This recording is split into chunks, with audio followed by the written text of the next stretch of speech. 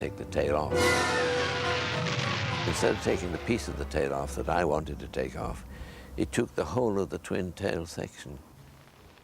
Amazingly, the whole event was caught on film. This is the Dornier coming down. This is the fuselage with the wingtips missing and the tail missing. And this is the tail. And they both came down together and landed on Victoria Station. Ray Holmes managed to bail out and survive his encounter. But later that afternoon, another RAF pilot performing a similar feat of lonely heroism was less fortunate. When we landed at Rochford, we had 3 pilots missing.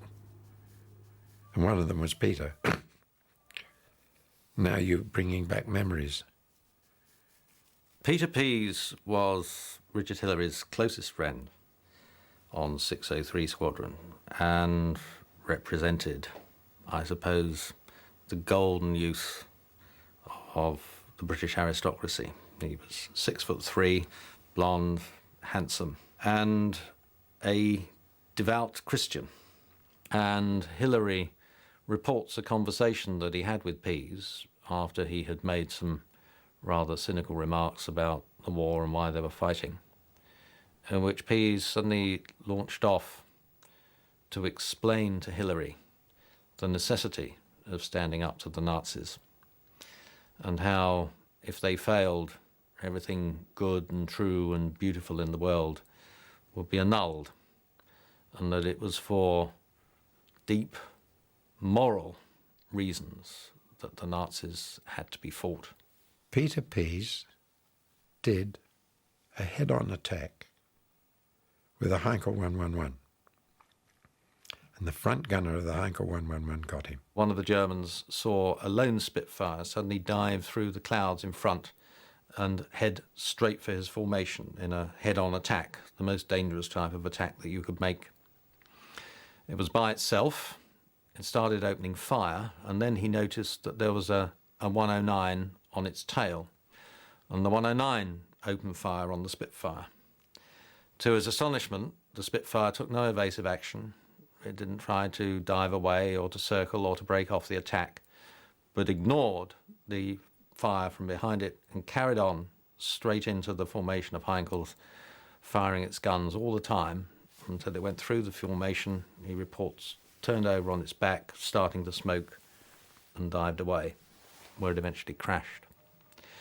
And that, it turns out, was Peter Pease, carrying out a more or less suicidal lone attack on a large formation of bombers, all alone, with a 109 on his tail, that he decided to ignore.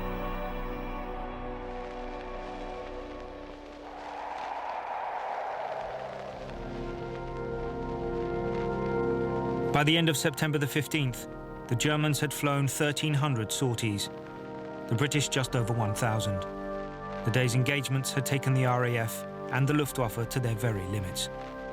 Now all that remained to do was decide who had won. Britain woke up the next day to screaming headlines. 185 German planes destroyed, the Luftwaffe routed, the RAF triumphant. The Germans retaliated with their own equally inflated figures. The genuine numbers were 56 German aircraft destroyed versus 28 RAF. It wasn't Fighter Command's biggest tally of the battle, but it was their most significant. The ratio of 2 to 1 tells its own story. The Luftwaffe weren't even close. The real significance of September the 15th is that it was a psychological turning point, because it finally revealed to everybody, particularly the decision makers on both sides, what had been going on for the previous 2 or 3 weeks, which was that the Luftwaffe had been getting nowhere. Hitler could see it, even if Goering could not. 2 days later, he shelved his invasion plans. Though Churchill wouldn't know it for some time yet, his great gamble had paid off. The RAF had saved Britain from the fate suffered by Poland, France, and the Low Countries. Sporadic dogfights would continue, but by the end of October, even these had petered out. The Battle of Britain was over. We stopped them from achieving their aim. That was what was in our mind. Stop them from getting air superiority so that they could have brought their invasion barges under cover of the Luftwaffe across the Channel. The Germans lost 500 of their fighter pilots. They also lost about getting on for 2,000 of their bomber crews, because when you shot down a bomber, you shot down 4 people, of course. And they simply ran out of people. It really ranks with the Armada and whatever you like, Agincourt and so on, the victories of the few against the many. The Battle of Britain, from our side, it was a complete waste of time. Because they fell into the trap what Churchill said.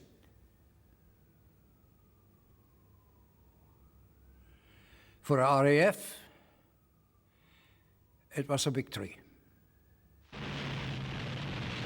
For the Luftwaffe, the battle had ended in tactical withdrawal rather than annihilation. So not all of them share this view it was an RAF victory. When people ask me why the Luftwaffe lost the Battle of Britain, I have to reject the question. I don't consider that Germany lost the battle. I think the end result was neutral. Nobody won. The figures say otherwise. 4 months of fighting had cost the Luftwaffe nearly twice the number of aircraft lost by the RAF. It was a decisive margin.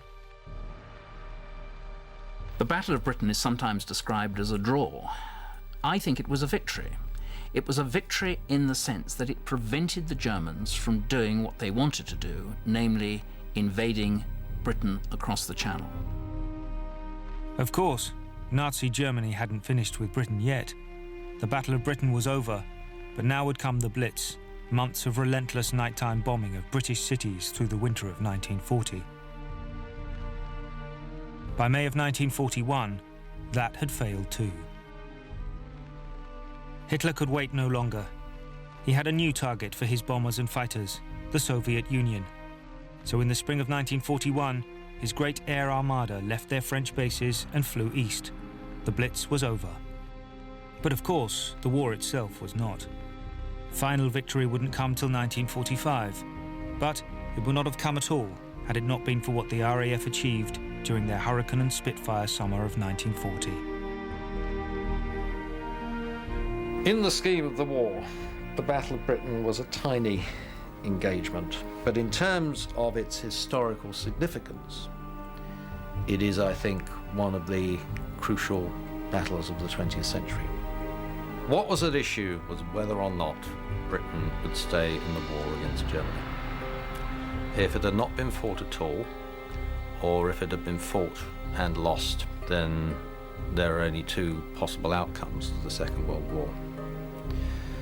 The Nazis would have invaded the Soviet Union anyway, and they might have won. One of the most awful scenarios that one can contemplate. The alternative is that the Soviet Union would have won, but it would have won by itself. And therefore, the whole of Europe, from the Urals to the Atlantic and down into the Mediterranean, would have come under Stalin's hold. No wonder Churchill's rhetoric now took on near prophetic force. Let us therefore brace ourselves to our duties, and so bear ourselves that if the British Empire and its Commonwealth last for 1,000 years, men will still say, this was their finest hour. Churchill had persuaded an apprehensive country to put all its trust in the pilots of Fighter Command, and they had pulled it off. If I was asked what was owed to the pilots who won the Battle of Britain, I would say all they've ever asked is to be remembered. And that's all. They don't want thanks, they just want you to remember that we won this battle, Not necessarily for you.